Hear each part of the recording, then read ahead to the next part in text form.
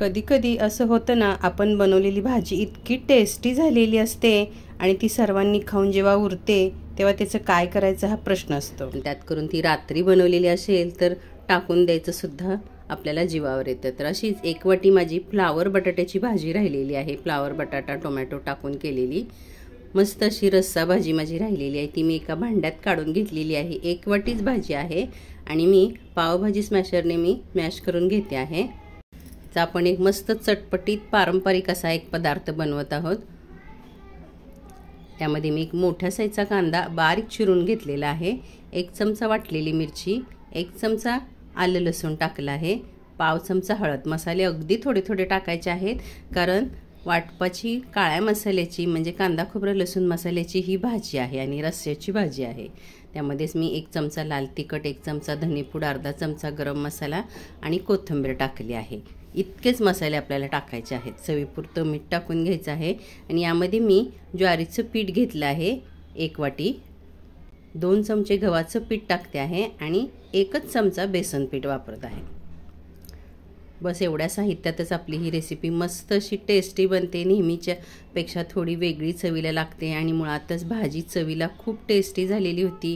कांदा खोबरा लसूण मसाल्याची रस्सा भाजी होती, त्यामुळे हा पदार्थ अगदी चवीला छान लागतो। आता त्या रस्सा भाजीमध्येच आपण फक्त पीठ भिजवलं होतं, वरून अजिबात पाणी वापरलं नव्हतं, तर पीठ थोडंसं सुकं वाटते। त्याच भांड्यामध्ये मी 2 चमचे पाणी टाकून ठेवलं आहे, त्याला मसाला तेल लागलेलंच आहे, त्यामुळे मी त्याच्यातच पाणी टाकून पुन्हा पीठ छान मऊ करून घेतलं आहे। थालीपीठाचं पीठ असतं तसंच हे पीठ भिजवायचं आहे, वरून तेल वगैरे लावायची गरज नाही, भाजीमध्ये तेल असतं तेच ह्याला पुरेसं आहे। 5-1 मिनिटं झाकून ठेवल्यानंतर एक मोठासा गोळा काढून घ्यायचा आपण त्याच्यातून।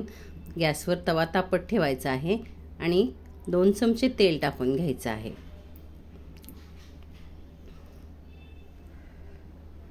आणि त्यामध्ये हा गोळा आपण हाताला पाणी लावून पसरवायचा आहे।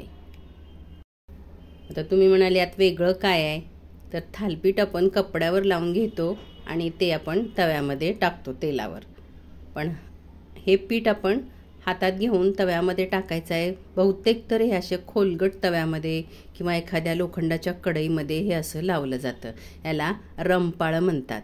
पारंपरिक रेसिपी आहे, खूप जाड अगदी मोठा तवा भरून जेवढं आपण पीठ भिजवलं आहे तेवढं पीठ कधी एका वेळेला लावलं जातं, पण मी थोडे छोट्या साईजचे बनवत आहे आणि ह्याला असे लाटण्यांच्या पाठच्या बाजूने मी मोठे होल करून घेतलेले आहेत, कारण हे आपण एकाच बाजूने वाफवून घेणार आहोत आणि मग खालच्या बाजूतून जी वाफ येईल ती आपली वरची बाजू छान शिजणार आहे आणि हे वाफेवर शिजल्यामुळे चवीला अप्रतिम असं लागतं, खमंग चटकदार अगदी मस्त लागतं। याला झाकण ठेवून आपण मीडियम टू लो हीटवर 6 ते 7 मिनिटं याला छान वाफ काढायची आहे। तुम्ही बघू शकता वरची बाजू छान सुकली आहे आणि लालसर रंग आला आहे, भाजी आपली रस्स्याची होती त्यामुळे ह्याला रंगसुद्धा अगदी लालसर आला आहे। हे चवीला इतकं छान लागतं ना, सगळी पिठं ती भाजी पुन्हा छान वाफरली जाते, चवीला अतिशय टेस्टी होतं। तुम्ही बघू शकता मागच्या साईडने थोडंसं ते असं लालसर झालेलं आहे, खरं तर दोन्ही साईडने ते आपल्याला असं वाफवूनच घ्यायचं असतं, पण तवामध्ये खोलगट असल्यामुळे ते थोडं चिकटून लालसर झालेलं आहे।